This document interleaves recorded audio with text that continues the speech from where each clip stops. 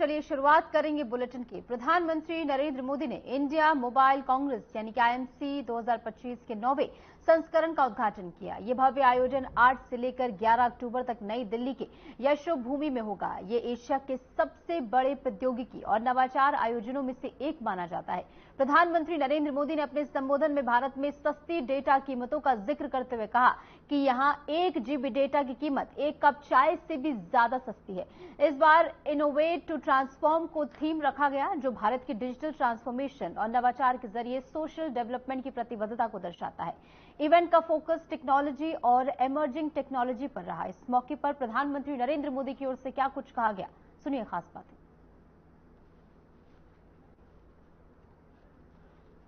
भारत के पोटेंशियल को रिकॉग्नाइज कर रहा है। दुनिया का दूसरा सबसे बड़ा टेलीकॉम मार्केट हमारे पास है।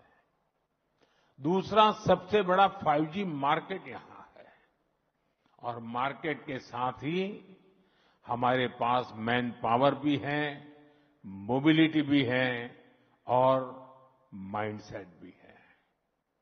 और जब मैन पावर की बात आती है तो भारत में स्केल और स्किल दोनों एक साथ दिखाई देते हैं। आज भारत दुनिया की सबसे बड़ी युवा आबादी का देश है और ये जनरेशन बहुत बड़े लेवल पर स्किल बनाई जा रही है। भारत आज दुनिया में सबसे तेजी से बढ़ती डेवलपर पॉपुलेशन वाला देश है। साथियों, आज हम देश में साइबर सिक्योरिटी को भी उतनी ही प्राथमिकता दे रहे हैं।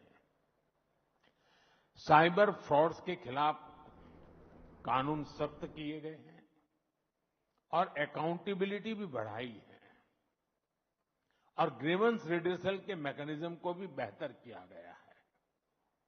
इंडस्ट्री और कंज्यूमर दोनों को इसका बहुत बड़ा लाभ मिल रहा है। कुछ दिन पहले ही भारत ने अपना made in India 4G stack launch किया है। ये देश की बड़ी स्वदेशी उपलब्धि है।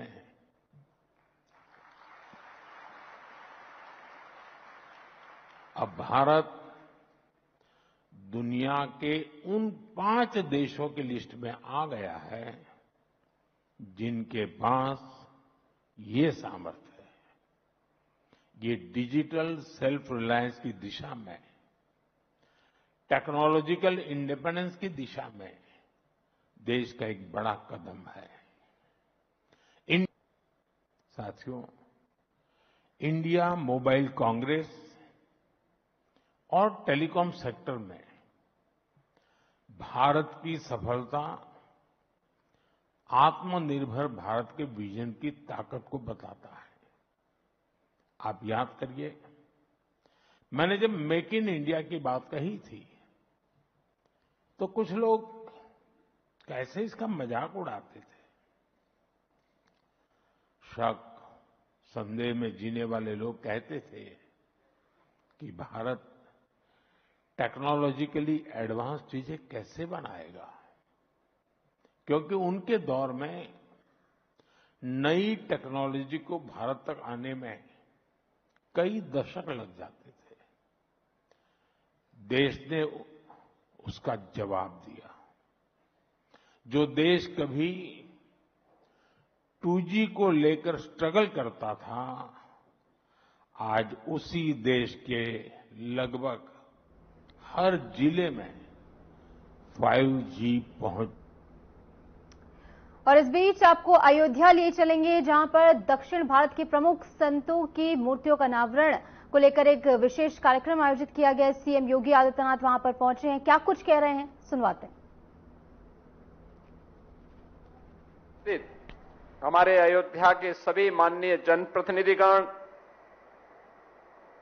जिला पंचायत अध्यक्ष श्रीमती रोली सिंह जी, महापौर श्री गिरीशपति त्रिपाठी जी, मान्य विधायकगण श्री वेद प्रकाश गुप्ता जी, डॉक्टर अमित सिंह चौहान जी, चंद्रभानु पासवान जी, रामचंद्र यादव जी, अभय सिंह जी, श्री राम जन्मभूमि तीर्थ क्षेत्र ट्रस्ट के सभी हमारे अन्य पदाधिकारीगण, आज के इस समारोह में विशेष रूप से उपस्थित दक्षिण भारत से, तमिलनाडु से, कर्नाटक से, आंध्र प्रदेश से उपस्थित हमारे सभी सम्मानित अतिथि और उपस्थित बहनों और भाइयों, मैं सबसे पहले अयोध्या के इस पावन क्षेत्र बृहस्पति कुंड में दक्षिण भारत के 3 पूज्य संतों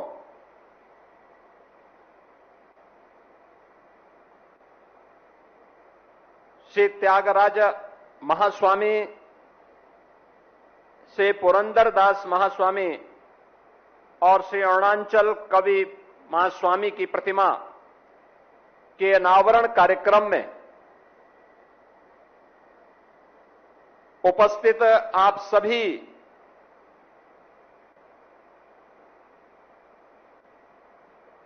दक्षिण भारत से आए हुए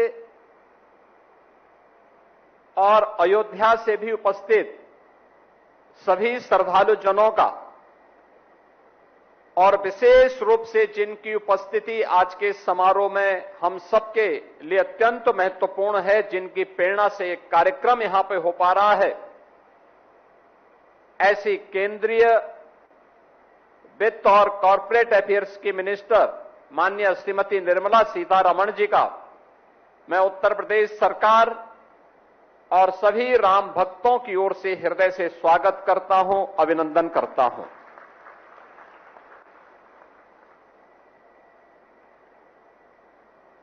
मैं इस अवसर पर पूरे देश और दुनिया में फैले हुए श्री त्यागराज महास्वामी, श्री पुरंदरदास महास्वामी और श्री अरुणाचल कवि महास्वामी के सभी भक्तों, अनुयायियों को हृदय से बधाई देता हूं कि जो इन 3 पूज्य संतों की भावना थी और दक्षिण भारत में उन्होंने 15वीं सदी से 18वीं सदी तक श्री राम भक्त के प्रचार प्रसार के लिए अपना पूरा जीवन समर्पित किया, आज उनकी प्रतिमा उनके आराध्य के ही श्री चरणों में बृहस्पति कुंड में स्थापित हुई है। इसके लिए आप सभी को और देश और दुनिया में फैले हुए सभी इन तीनों पूज्य संतों के अनुयायियों को मैं हृदय से बधाई देता हूं, उन सबके प्रति अपनी शुभकामनाएं भी देता हूं। यह अवसर हमारे लिए देश के यशस्वी प्रधानमंत्री आदरणीय नरेंद्र मोदी जी के एक भारत श्रेष्ठ भारत के अभियान को आगे बढ़ाने का एक महत्वपूर्ण अभियान है। और याद करिए, एक भारत श्रेष्ठ भारत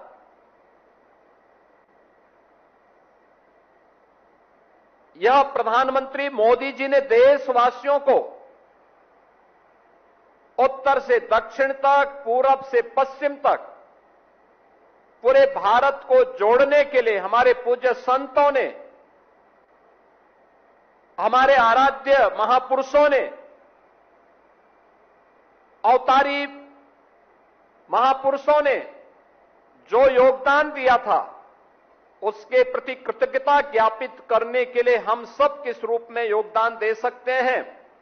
आज का ये समारोह उसकी एक महत्वपूर्ण कड़ी है और उस महत्वपूर्ण कड़ी के माध्यम बनी है केंद्रीय वित्त और कॉरपोरेट अफेयर्स की मिनिस्टर माननीय श्रीमती निर्मला सीतारमण जी। मैं उनका इस अवसर पर प्रदेशवासियों की ओर से हृदय से स्वागत और अभिनंदन करता हूं। मैं इस अवसर पर उनका इसलिए भी अभिनंदन करता हूं कि अभी आदरणीय प्रधानमंत्री जी के मार्गदर्शन में उन्होंने शारदीय नवरात्रि की प्रथम तिथि से तो अयोध्या से आप सुन रहे थे सीएम योगी आदित्यनाथ को। चलिए अब खबरों में आगे बढ़ेंगे। प्रधानमंत्री नरेंद्र मोदी 2 दिवसीय महाराष्ट्र के दौरे पर। इस दौरान उन्होंने नवी मुंबई इंटरनेशनल एयरपोर्ट का उद्घाटन किया। नवी मुंबई अंतर्राष्ट्रीय हवाई अड्डे के पहले चरण का उद्घाटन करने के बाद वे मुंबई मेट्रो लाइन 3 के अंतिम चरण का उद्घाटन करेंगे। प्रधानमंत्री नरेंद्र मोदी ने एयरपोर्ट का उद्घाटन किया है और एयरपोर्ट का वर्चुअल विजिट भी उन्होंने किया है। क्या कुछ इस दौरान उनकी ओर से कहा गया, वो भी सुनिए।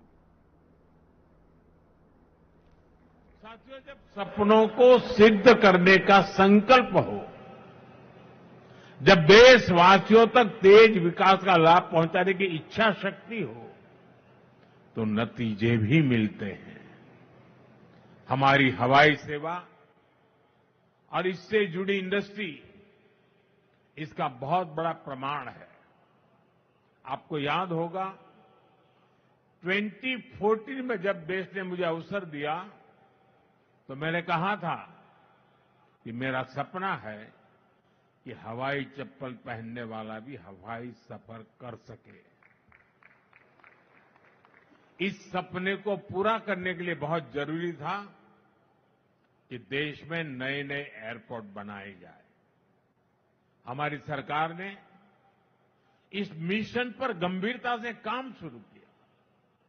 बीते 11 साल में देश में एक के बाद एक नए एयरपोर्ट बनते चले गए।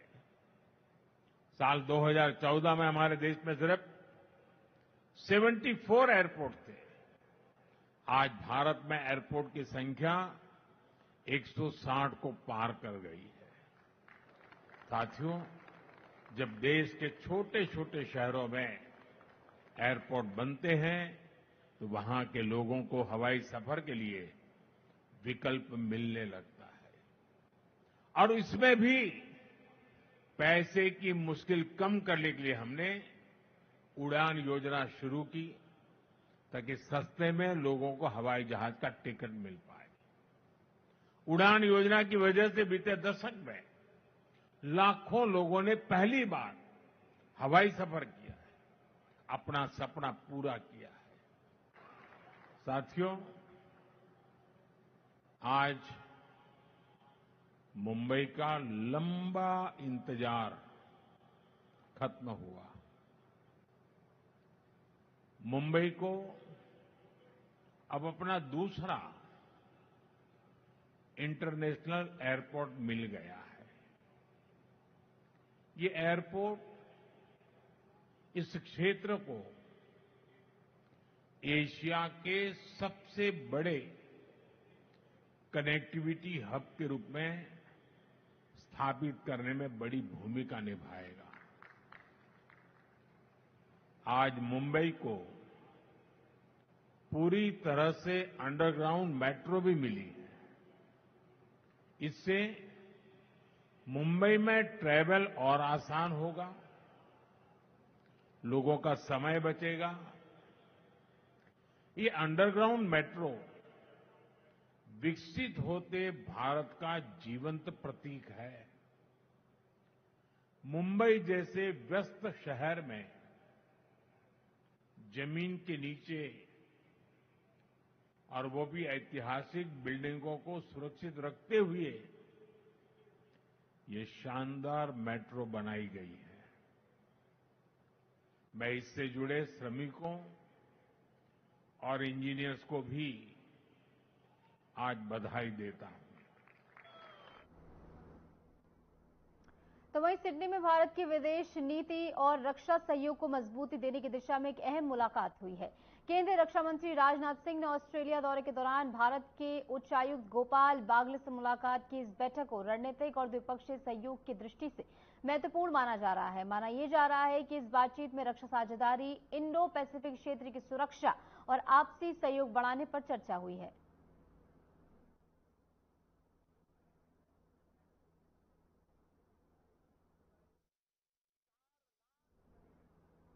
रक्षा मंत्री संग रणनीतिक बैठक यहां पर हुई है और ऐसे में इस मुलाकात की तस्वीरें भी सोशल मीडिया पर साझा की गई हैं, जहां पर रक्षा मंत्री राजनाथ सिंह ने मुलाकात की है और दोनों ही इस मुलाकात के